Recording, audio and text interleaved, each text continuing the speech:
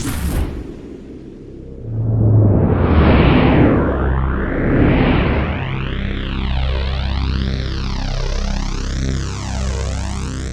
guys, this is Josh from HustlePaintball.com. Today we're going to take you through the Empire Axe. You guys asked for a review video, so we're doing one. These markers are solid. We're going to take it outside, shoot some paint through it, show you guys, the pros and cons of it, why we like it, why we don't. So let me take you in close and we'll show you some of the wonderful features of this marker. Alright you guys, so we're going to start from the top and go to the bottom. I'm going to go ahead and start with the feed neck.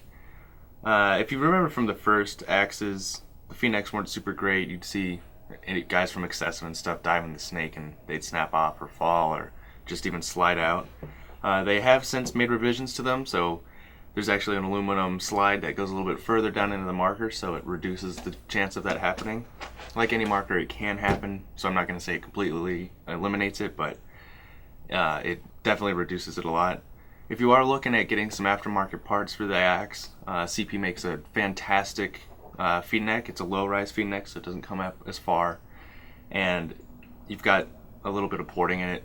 Don't know why they did it. I think it's an aesthetic appeal, but it looks great. We're gonna move down, show you some of the cool parts of the bolt, and take you guys from there. The axe is just an updated version of the Mini. They made some significant changes to the platform itself. If you remember from the Mini platform, you had to use a hex key to get your bolt out. With the axe, it's a tool assist assembly, so you just have to push this button here on the side in, and then you have to worm the bolt out of what I like to call the bolt maze. And then it's that easy. Take out the bolt like that, and I'll show you a close-up of the maze itself. You can see the little ball bearing in there that actually seats the bolt in, and then when you push that button in, it actually drops down, and you can take the bolt out. And there's your bolt. You've got your guide spring, the bolt itself, and then your bolt guide. Inside of the bolt guide you have your poppet valve. And some of the problems people have with the axe right out of the box is that the poppet valve O-ring is dry. So if you're having problems, first thing to do, just drop some grease and then it should work fine, be good to go.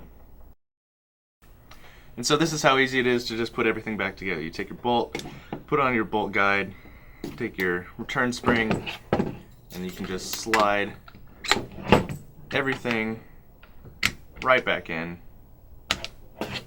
and you're ready to shoot.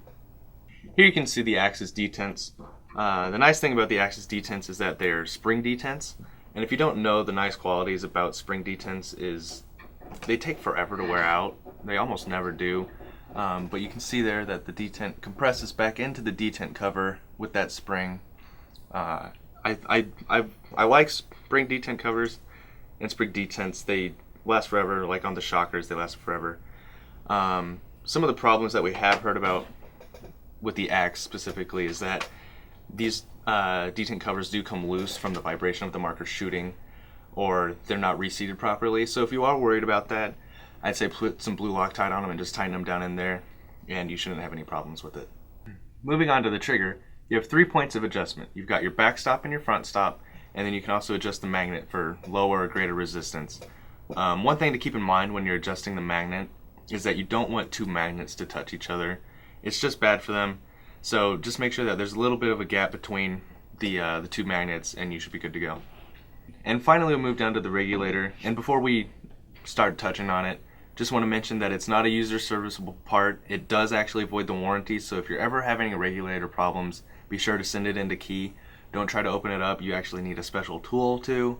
It's not worth your time to do it because it just voids the warranty. No good can come from that.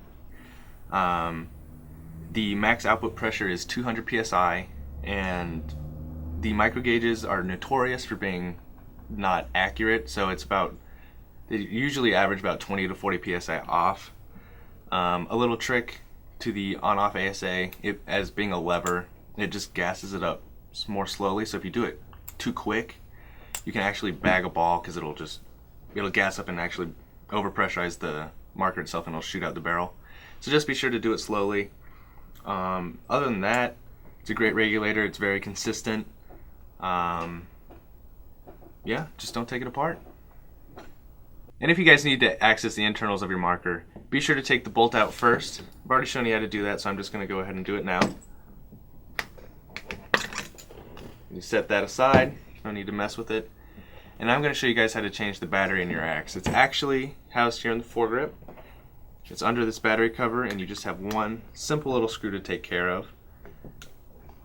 So the thing to keep in mind with this screw is that it actually doesn't come all the way out of the foregrip itself. You lift it up and it just stays inside of that sleeve right there.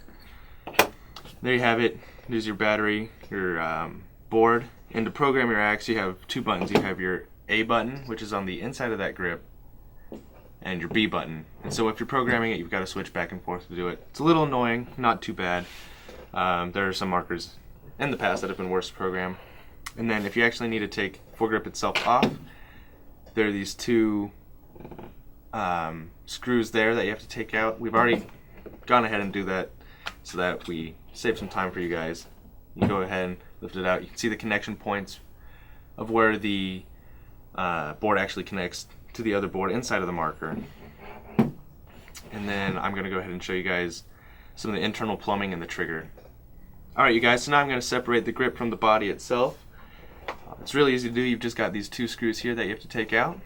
So bear with me as I do this. Maybe with the power of the internet we can fast forward through it.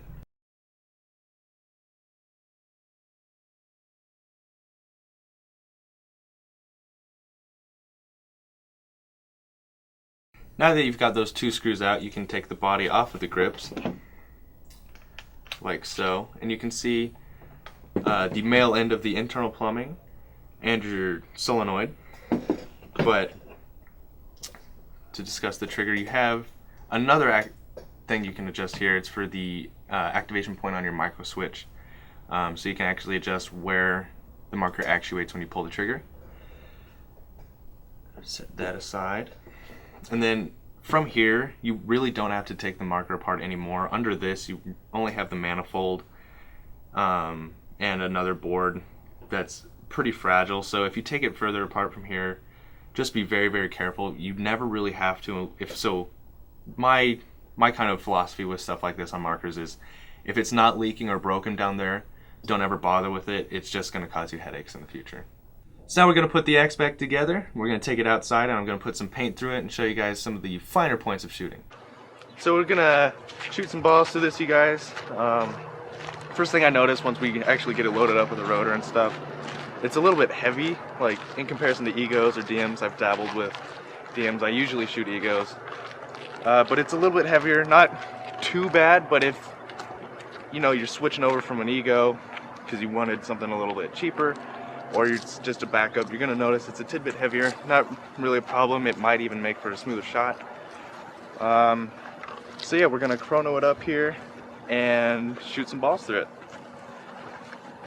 Safety first.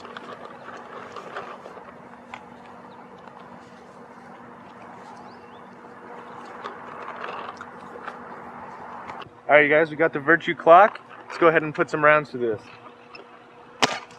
271, 280, 283, 286. So as you can see, it's pretty consistent. Let's go ahead and shoot some cans.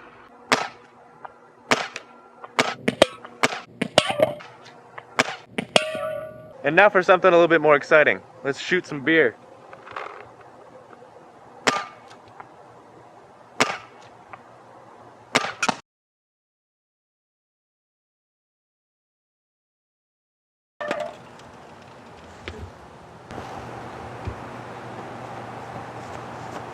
Well, sometimes things don't go as planned, so let's take it to our beer graveyard and just kill it.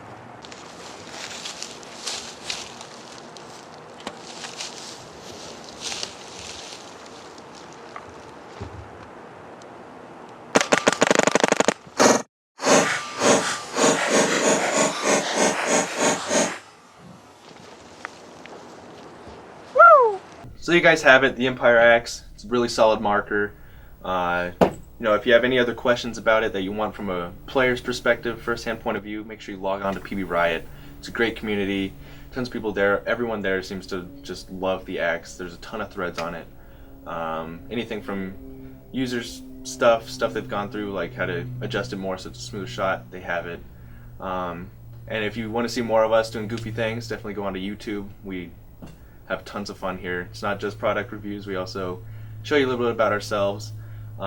Definitely like us on Facebook. We have tons of funny posts written by Jay. He's a perfect guy. Great for it. Follow us on Twitter and our blog.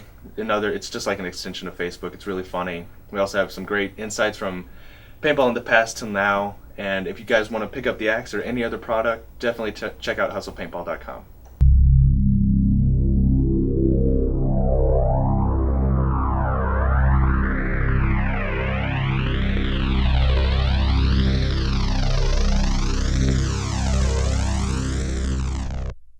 Heavier.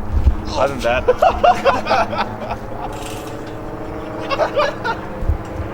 Russell, you've been caught by a fence. Cut! Cut!